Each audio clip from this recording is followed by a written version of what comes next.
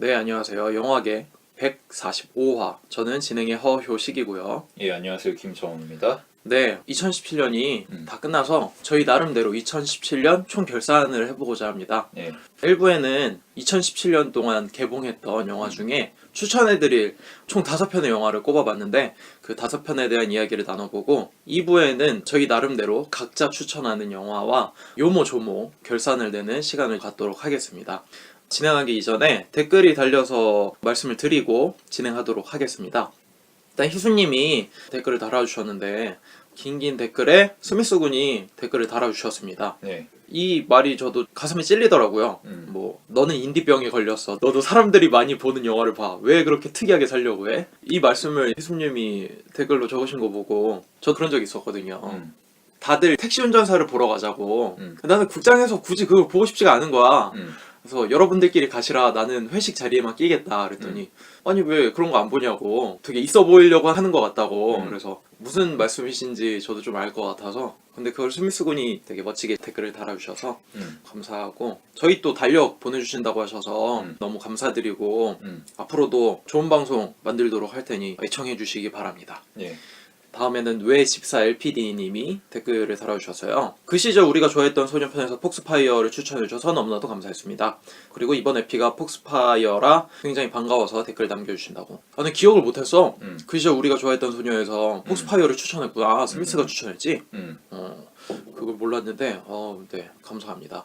그리고 또 제가 캐릭터들 하나하나의 매력이 있었으면 좋겠다라고 얘기를 했는데 왜 집사 LPD님은 최대한 객관적인 시선을 유지하고 싶어서 렉스 외에는 캐릭터의 매력을 부여하기보단 뭉뚱그려서 큰 그림을 가져가려고 한 것 같다라고 말씀해 주셨는데 저도 그 말씀이 맞는 것 같아요. 제가 너무 장르물적인 재미를 자꾸 생각하다 보니까 그런 이야기를 했었던 것 같고, 기억해 주셔서 이렇게 댓글 남겨주셔가지고 너무나도 감사드립니다. 네.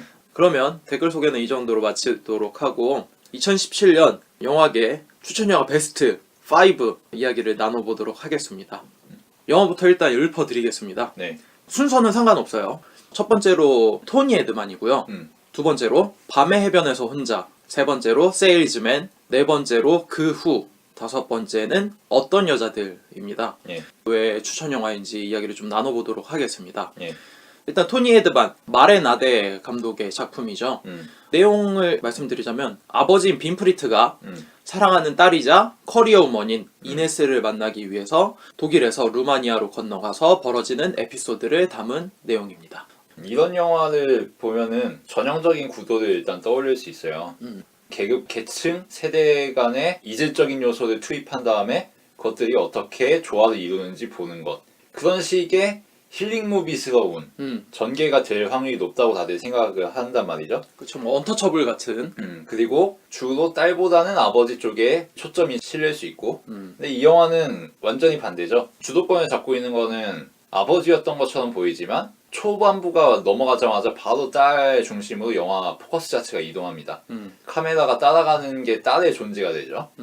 그리고 우리가 생각할 수 있는 그런 전형적인 구도를 다 깨뜨리죠. 아버지와 딸이 화해를 이루고 불안정했던 관계를 회복하고 그런 서사처럼 보이기도 하지만 결국에 가서는 계속해서 그것을 비틀고 어떤 식으로도 화합할 수 없는 무언가 영원한 불화 같은 게 있으리라는 걸 암시하고 그러면서 시대적인 요소들, 그리고 계급적인 요소들, 계층적인 요소들, 국가적인 요소들 이런 것들을 이것저것 맥락으로 끌어들이죠. 그런 것이 섬세하다는 생각이 들어서 선정하게 됐습니다. 저도 이 영화를 꼽은 이유가 일단 한 줄 평이 그거였어요. 살기 위해 틀니를 딱딱거린다. 네. 지금 와서 보니까 또 많은 부분이 공감이 가더라고요. 서로 다른 세대가 어울리기 위해서 자기 세대의 언어로 보여주는 웃픈 코미디, 그런 것들이 굉장히 인상 깊었고, 세대 간의 추구한 가치가 어떻게 다른지 서로 존중은 하지만 그냥 거기서 딱 그쳐버리는 그 태도가 굉장히 인상적이었던 것 같습니다. 사실 순서는 없다곤 하지만 우리 둘 다 올해 첫 번째로 꼽을 수 있는 영화가 토니 에드만이겠네요. 네. 인상적인 장면까지 짚어보고 다른 영화로 넘어가면 좋을 것 같은데, 네. 저는 엔딩씬만 찍겠습니다. 엔딩씬. 엔딩씬에서 이네스가 아버지의 틀니를 끼웠다가 빼버리죠. 그쵸. 틀니를 끼웠을 때 사람들은 다들 따뜻한 무비군이라고 생각했을 겁니다. 근데 이네스는 틀니를 빼버리고 무언가를 잃어버린 듯한 표정으로 크레딧이 올라가죠. 틀니를 꼈다가 뺀다. 이거 자체가 굉장히 중요한 행위라고 생각하고 이 영화의 메시지가 집약적으로 드러난 부분이라고 요약할 수 있겠습니다. 틀니를 꼈다가 뺀다는 의미가 정말 많은 걸 담고 있죠. 나도 나중에 늙었을 때 이런 감정일까 뭐 그런 느낌도 있을 테고. 저는 다른 장면을 꼽아보자면 나체 파티를 벌이던 이네스와 아버지 빈프리트가 곰 같은 인형 복장을 입고 서로 포옹을 한 뒤에 별말 없이 각자 갈 길을 가는 네. 그 장면 되게 인상적이더라고요. 그 다음에 편집을 해도 될 것 같은데 네. 굳이 헤어지는 걸 보여주지. 네. 그리고 버려두고 가서도. 그쵸. 음. 그 헤어지는 장면이 묘하더라고요. 음. 아, 이게 되게 따뜻한 감정으로 울컥 올라왔다가 현실은 바뀌는 걸 보면서 아, 이 영화가 무슨 얘기를 해주는 건지 분명하게 드러내는 느낌이 있는 것 같다라는 생각이 좀 들었습니다. 두 번째로 꼽은 영화 홍상수 감독의 밤의 해변에서 혼자입니다. 영화의 내용을 잠깐 얘기하자면 여배우인 영희는 한 유부남과 만남을 갖다가 포기를 하고 독일로 오게 됩니다. 그곳에서 선배인 지영애의 집에 머물면서 복잡한 마음을 정리하려고 노력을 하죠. 그렇게 1부가 끝나고 2부에선 영희가 한국으로 넘어옵니다. 거기서 여러 선배들과 술자리를 갖고 감독인 상원과 다투기도 하면서 그녀의 마음을 다잡으려고 노력하는 그런 내용이라고 봐야 될 것 같네요. 네, 저는 언제나 흥미로운 홍상수 월드라는 생각이 듭니다. 홍상수 영화가 최고는 아니지만 홍상수 영화만 한 게 없다 라는 생각 때문에 이번 연도에도 홍상수 영화를 꼽게 됐고 1부와 2부 밤과 낮, 해변, 극장, 감독, 영화, 그리고 초현실까지 여태까지 홍상수가 해왔던 모든 것들의 집대성이라는 이야기를 스미스가 했는데 지금 생각해보니까 그것을 김민희라고 하는 새로운 뮤즈까지 끼워 넣어서 커리어를 한번 돌아본 게 아닐까라는 생각이 들 정도로 집약을 시켰던 것 같고 무언가를 동경하는 한 인물의 복잡한 내면 같은 거 그리고 그런 것들을 굉장히 파편적으로 인물마다 퍼트려 놨다라는 생각이 들었고 그런 파편들을 뭔가 한마디로 축약시키거나 하나의 이미지에 가두려고 하는 순간 깨져버리잖아요. 그것은 결국 본인 존재 자신이 아니게 되니까 그치. 그것들을 어떻게 퍼트려 놓은 상태로 유지시키려고 안간힘을 쓰는 듯한 모습이 보여서 굉장히 인상적이었다는 생각이 들었습니다. 김민희 짱짱거의 시작이죠. 그쵸. 네, 김민희라는 슈퍼 히어로가 홍상수 시네마틱 익스펜디드 월드에 등장한 거죠. 네, 장황합니다. HCEU. 네. 물론 그 전까지도 홍상수 영화는 관객들을 자기 영화 세계 안으로 끌어들이는 영화였어요. 자기 세계 안에 이런저런 현실적인 맥락들을 거울처럼 비추면서 거울 같은 사람들을 자기 영화 안으로 끼워 넣죠. 그렇게 해서 그것들이 굴러가는 것을 지켜보고요.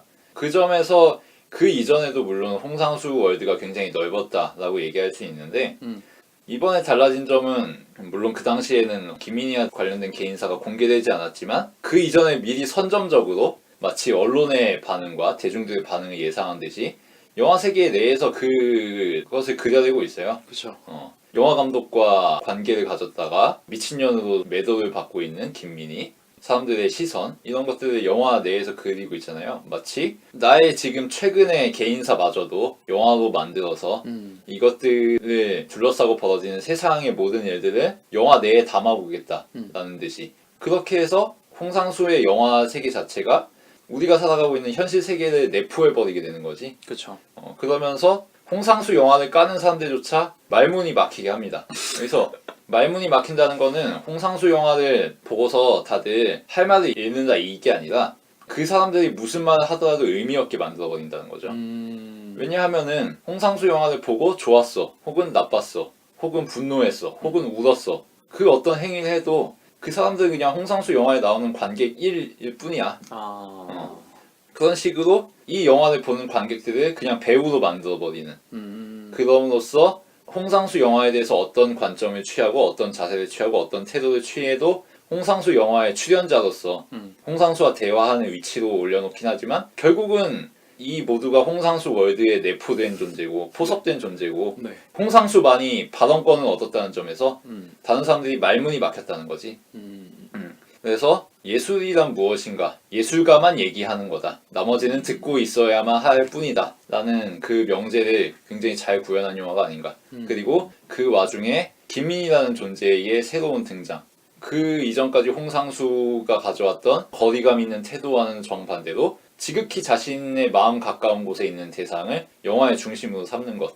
그건 홍상수가 무언가를 사랑하고 있다는 걸 사람들에게 공공연히 드러내는 거 아니야? 그쵸. 컨셉 잡아가면서 기믹 잡아가면서 내가 김민우를 얼마나 사랑하는지 알아? 라고 말하는 듯한 그 모든 것들이 굉장히 조화롭게 어울렸다는 생각이 들어서 선정하게 됐습니다. 네. 말로 표현하기 어려운 복잡한 세계를 참 길게 잘 이야기해 준 것 같고 그래서 인상적인 장면을 꼽고 마무리하자면 공교롭게도 이번에도 엔딩씬이네요.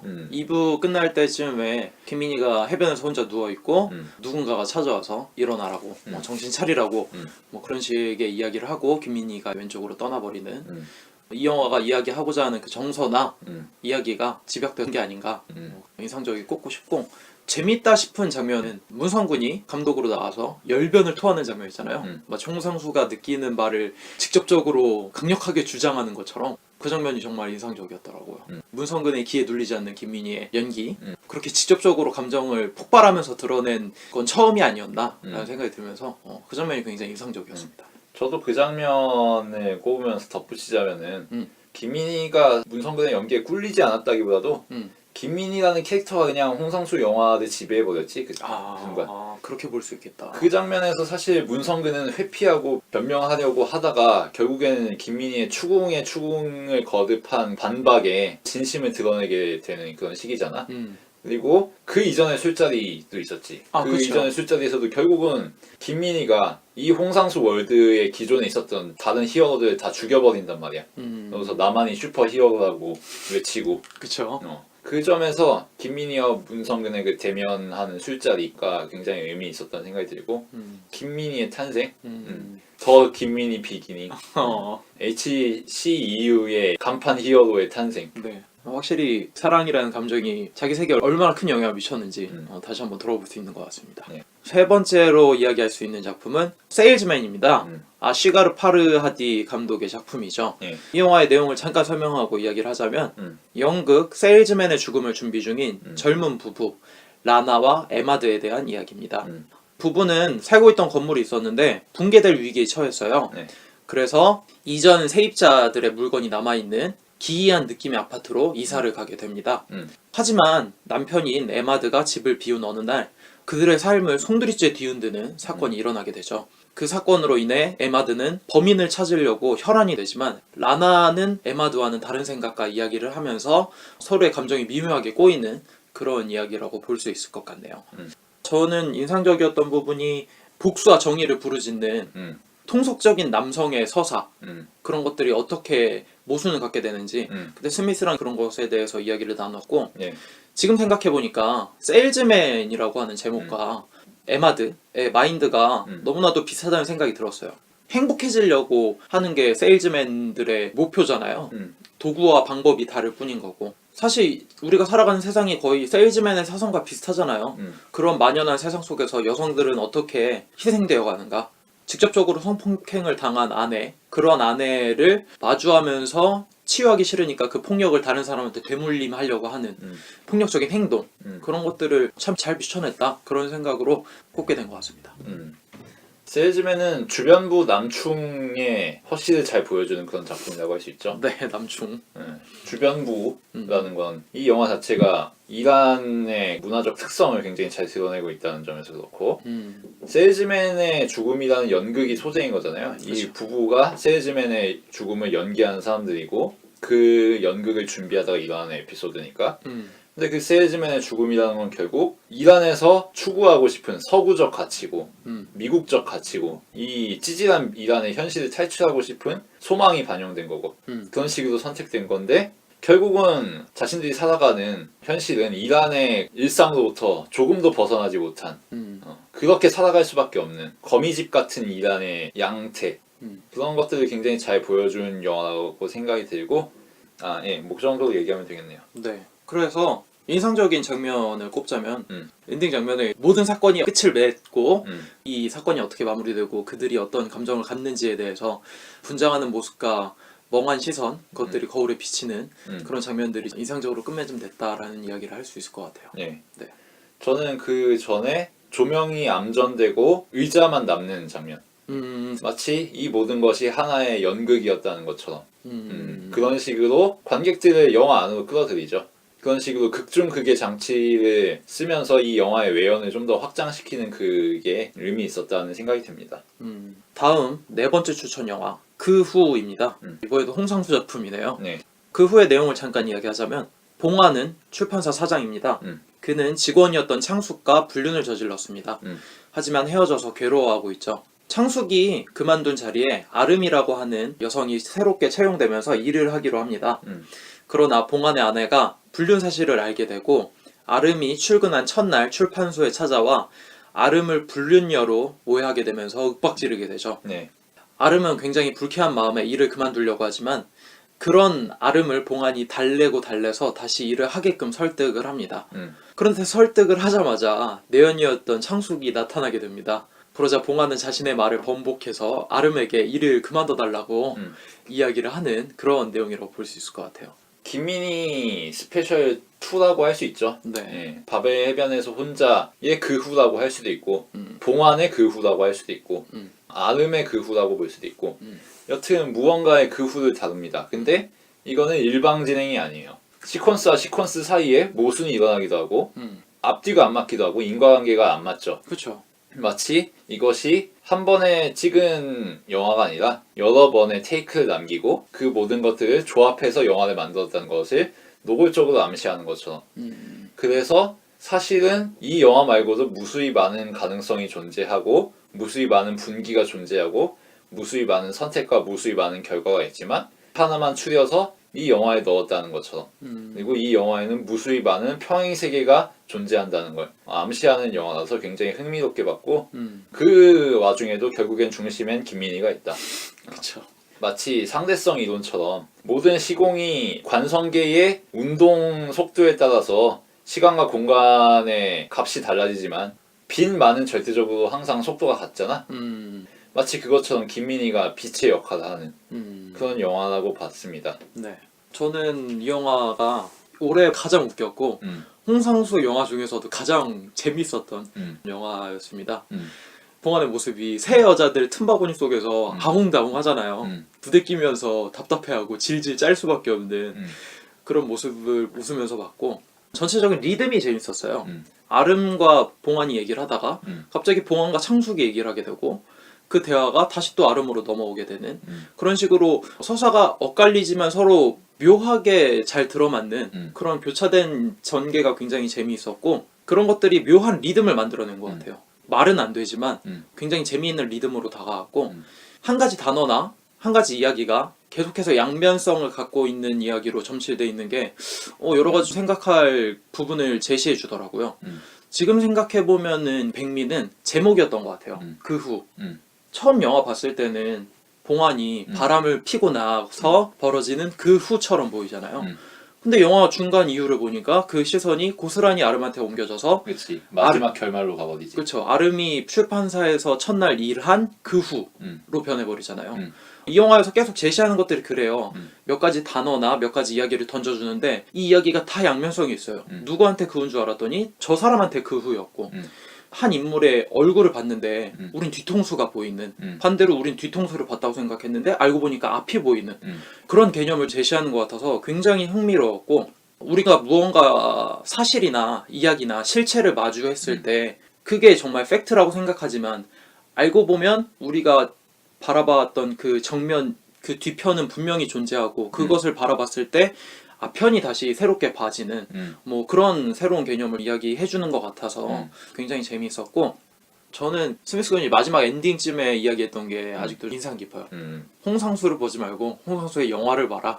그럼 홍상수를 더 잘 알 수 있을 것이다. 그렇죠. 자연인 홍상수는 지금 칩거 중이거든. 언론 때문에 너무 힘들다 이러고 있고. 그치. 하지만 영화를 만든 홍상수는 모든 관객들이 어떤 말을 내놓아도 너희들 자유라는 식으로 영화를 만들었지. 모두가 이 게임에 참여할 수 있게끔. 하지만 게임의 룰은 누가 만든다? 홍상수가 만든다. 그 점에서 홍상수 영화 안의 홍상수가 자연인 홍상수보다 훨씬 재미있고 흥미롭고 물고 빨고 뜯고 할 수 있는 존재다. 라는 얘기를 하고 싶습니다. 네. 가장 재미있었던 건 이 영화에서도 현실의 이야기를 끌어서 영화에서 볼 수 있게끔 해주잖아요. 그래서 봉환의 아내가 불륜 사실을 알게 되고 출판사에 찾아와서 아름한테 싸다구로 때리잖아요. 근데 영화를 보면 쟤 불륜녀 아닌데? 현실에선 불륜녀니까 이게 묘하게 꼬이면서 아다리가 맞으면서 웃기는 거야. 그게 이 영화가 이야기하고자 하는 개념이기도 했고 깔깔대면서 봤던 장면 중 하나였습니다. 네. 인상적인 장면 얘기하면서 마무리 짓자면 역시 재밌는 장면은 그거죠. 아름과 봉환과 봉환의 아내가 삼자대면 하면서 불륜녀 얘 맞지 않냐고 왜 자꾸 구라를 치냐고 그러니까 봉환이 답답해하고 아니라고 얘 아니라고 그런 거 아니라고 그러면서 질질 짜잖아요 혼자. 그때 너무 웃기더라고요. 저는 결말 장면을 꼽고 싶네요. 결말 장면이요? 결말 장면 보면 굉장히 재밌는 게 봉화는 아름에 대해서 이미 다 망각한 상태죠. 그렇죠. 그래서 그때 그 사람인지도 긴가민가 할 정도고 근데 아름은 그 후에 대상이 되는 그 날을 정확히 기억하고 있고 그 사실을 아름이 봉환에게 알려주면서 그 장면에 긴장감이 살아나죠. 그리고 덮였던 것 같은 덮개가 다시 열리고 네. 자 그럼 마지막 추천 작품 켈리 레이차트 감독의 어떤 여자들입니다. 이 영화에 대해서 얘기를 하자면 저희가 한 번도 다루지 않았기 때문에 설명이 필요할 것 같아요. 마일리 말로이라고 하는 작가가 쓴 3편의 단편을 묶어서 각색한 옴니버스 영화입니다. 네. 몬타나에서 벌어지는 여자들의 이야기이고요. 서로의 에피소드가 긴밀한 관계를 맺지는 않습니다. 이야기는 3개인데 첫 번째 이야기는 여자 변호사인 로라의 이야기죠. 로라에게는 자기 말을 전혀 듣지 않는 풀러라고 하는 고객이 있습니다. 네. 산재를 겪은 뒤에 8개월 동안 회사에 보상을 요구했는데 그게 받아들여지지 않자 인질극을 벌이고 말죠. 네. 그리고 로라가 인질극 현장에 들어가는 그런 내용입니다.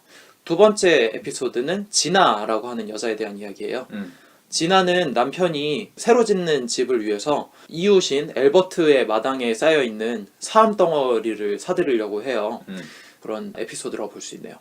마지막 3번째 이야기는 2명의 여자에 대한 이야기입니다. 제이미라고 하는 여성은 목장에서 말을 살피는 그런 일꾼이에요. 그런데 우연히 학교에 들렸다가 야간 수업을 가르치는 변호사 베스를 만나서 서로 말동무도 되고 저녁도 함께 먹고 그런 일을 갖죠. 그러다가 어느 날 베스가 학교에 나오지 않게 됩니다. 그러자 걱정이 되는 제이미는 차로 4시간이나 걸리는 베스가 일하는 곳에 직접 찾아가서 이야기를 나누게 되는 크게 굴곡이 없는 이야기들로 이루어져 있는 영화이기도 합니다. 네. 고립되고 소외된 여성들의 상을 굉장히 잘 보여주는 영화다라는 생각이 일단 들었습니다. 네.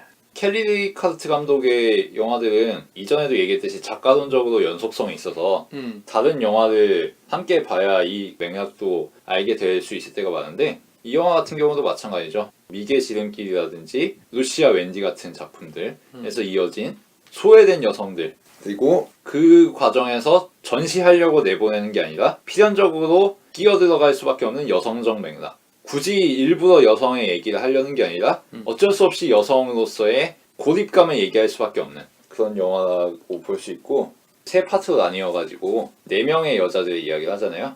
그 어느 것도 하나로 연결되지 않는다는 거 사실. 모호한 관련성만 있지.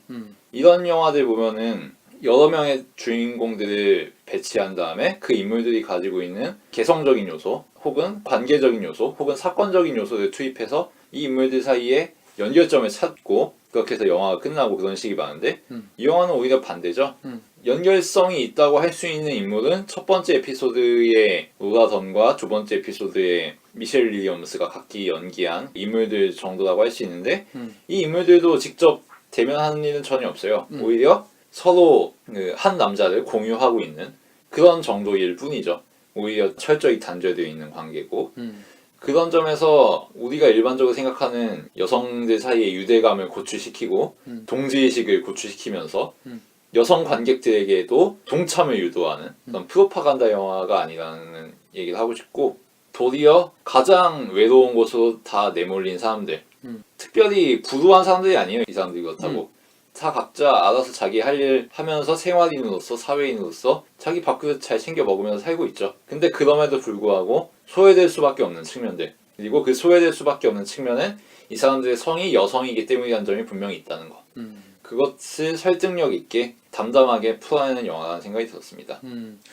저도 보면서 느꼈던 감정 중에 하나가 외로움이었거든요. 여성들이 자기 밥그릇 찾는 제대로 된 일을 하고 있는데 이 외로움이 어디서 오는가 그런 것들을 참 여성의 시선에서 잘 보여준 것 같다라는 생각이 들었고 그러니까 이런 에피소드가 많은 영화들은 결국 하나의 이야기로 뭉쳐가지고 결국 어떤 결말을 내놓던지 반전재미랄지 이 인물이 이렇게 해서 저 인물한테 저런 영향을 줬네 그런 식의 이야기가 서로 얽히는 구성으로 가지 않았다는 게 좋았어요. 근데 굉장히 미세한 실처럼 연결은 돼 있거든요. 그 미세한 실이 의미하는 바가 이 사람들이 서로 연결된 고리가 없는 것 같지만 이 사람들이 느끼는 그 외로움의 연결은 같다. 뭐 그런 식의 이야기를 하는 것 같아서 그치. 재미있더라고요. 네. 특히 세 번째 에피소드에서는 전혀 인물이 연결될 것 같지가 않은데 제이미가 베스의 변호사 사무실에 찾아갔는데 첫 번째 이야기의 주인공인 로라가 잠깐 등장하잖아요. 그런 식으로 외로움이 극도로 치달을 때 그 인물의 모습이 보였다는 게 아, 이 영화가 어떤 지점을 서로 연결하고 싶은 건지 서사를 연결시키고 싶은 게 아니라 감정을 연결시켜주고 싶었구나 그런 것들이 굉장히 섬세하게 다가오더라고요. 서로 다른 길을 걸어가지만 평행하게 걸어갈 수밖에 없는 외로운 사람들의 이야기라고 할 수 있죠. 아 맞네요. 그 얘기가 딱 맞는 것 같아요. 그런 부분들이 참 새롭게 느껴지고 여태까지 봐왔던 영화와는 반대로 느껴지는 부분들이 있어가지고 굉장히 흥미로웠던 것 같습니다. 인상적인 장면을 이야기해보자면 저는 역시 세 번째 에피소드를 꼽지 않을 수가 없네요. 먼 곳을 제이미가 운전을 해서 베스를 만나러 오게 되고 둘이 마주했을 때 서로의 감정이 같지가 않았다는 거 그게 1차원적으로 드는 안타까움이었는데 어떻게 보면 외롭지만 서로 접합될 수 없는 거잖아요. 결합될 수 없는 거고 그것이 사실 각 에피소드들의 주제이기도 하고 숙명이지. 그쵸. 숙명이라고 볼 수 있죠. 외롭지만 서로 함께 할 수 없는 그런 게 참 가슴 아프게 다가오더라고요. 만약에 결말에서 변호사와 목장 소녀가 인간적인 교감을 하는 그런 식의 엔딩으로 끝났으면은 그냥 버디무비 같은 것이 되었겠지. 그 점에서 이 영화의 엔딩이 굉장히 세련되다고 생각하고 그래서 저도 그 엔딩을 꼽고 싶네요. 아, 네. 그래서 제이미가 그렇게 한 뒤에 자기 목장으로 가서 묵묵히 또 일을 하잖아요. 그치, 그것까지 보여주지. 네, 기존 영화가 다룰 수 없는 지점까지 나아간 게 아닌가라는 생각이 들었습니다. 이렇게 해서 2017년 베스트 꼽아봤습니다. 네. 만약에 못 보신 영화가 있다면 한번 찾아보셨으면 좋겠네요. 네. 그럼 1부 순서는 이 정도로 마치도록 하고 2부에서 저희 각자 뽑는 베스트 영화와 그 외 요모조모 이야기를 나눠보도록 하겠습니다. 네.